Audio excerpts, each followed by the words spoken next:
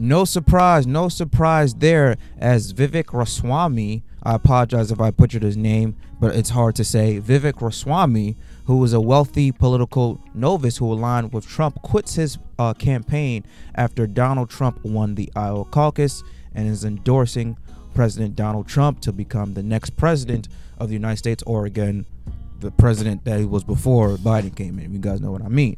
So Vivek, a 38-year-old entrepreneur and political newcomer who briefly made a splash with the brash policy proposals and an outsized sense of confidence, dropped out of the race for the Republican White House nomination after a disappointing fourth-place finish in the Iowa Caucus. He then immediately endorsed former President Donald J. Trump for the White House.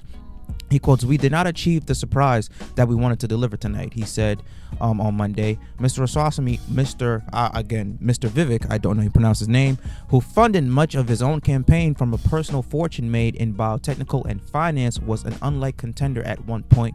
He clung close to Mr. Trump, vowing to support him even if he was convicted of felons, promising to pardon him. Whoa, very, very, very interesting.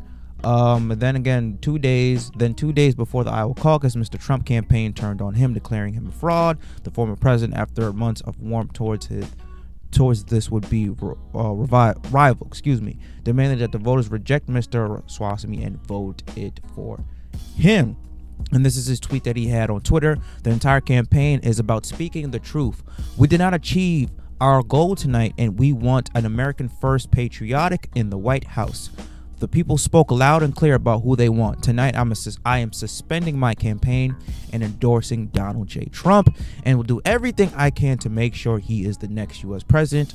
I'm enormously proud of this team, the movement, and our country." Well, the country right now is a shit show, but hopefully we have somebody.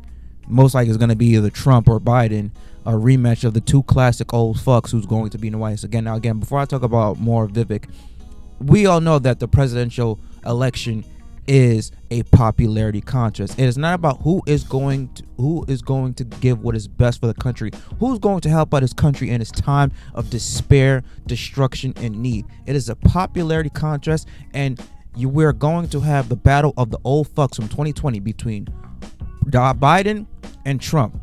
Who would you rather have? Who's gonna fuck you less?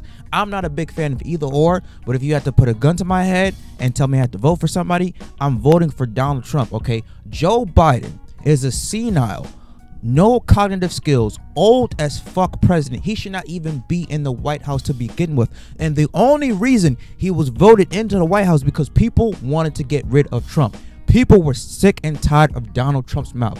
Donald Trump's mouth was the reason why he got booted out of the election, whether there was some cheating involved, some scandalous, whatever your opinions and thoughts are, you to yourself. But the reason why a lot of people voted for Joe Biden, even though they knew he is a shitty candidate, he is no better than Donald Trump, is because they just simply wanted Trump out of office because his mouth was reckless. Now we see the job Joe Biden has done, and it has been horrible. It has been tremendously bad. It has been a train wreck, a shit show. You talk about, dumpster stump after another, after another, after another. This guy can't seem to do anything fucking right. Instead of going forward, he's putting the country backwards, and people have had enough.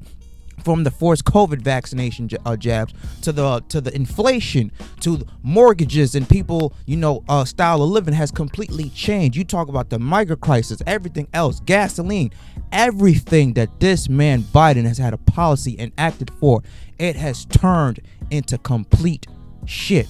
And we say, okay, you know what? We need to have somebody back in the White House, whether you like him or not.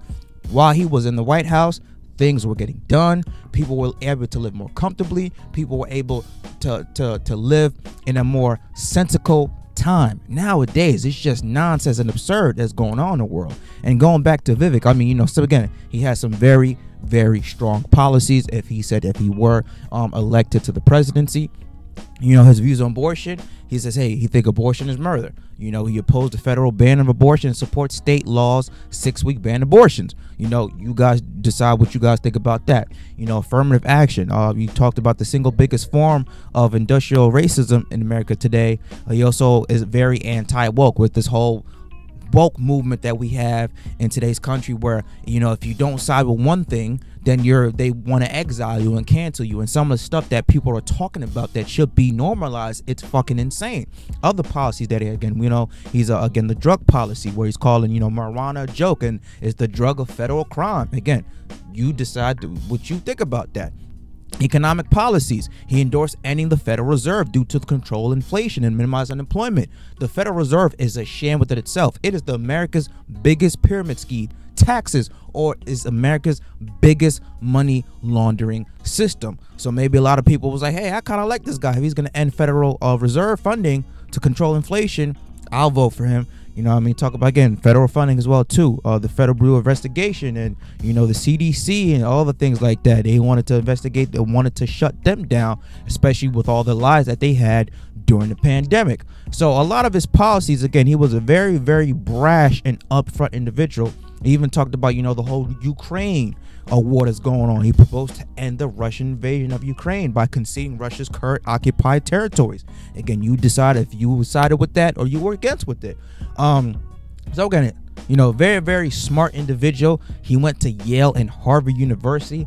This man has an estimated net worth of about $950 to $1 billion, and he's only 38 years old. So you cannot doubt this man's intelligence, whether you like him or not. He's a very, very brilliant individual, and this man has got a lot of M's in the bank. He was self-funding his own campaign. But let me know what you guys think about Vivek dropping out of the presidential campaign for the Republican Party. I don't know, again, if I pronounce his name correctly. I apologize. It is very, very hard to even spell. But let me know what you guys think about him dropping out and endorsing Donald Trump. Do you agree, disagree? Do you agree with my commentary? Leave your comments down below. Smash the like button, subscribe to the channel, and I will catch you guys on the flip side. Deuces.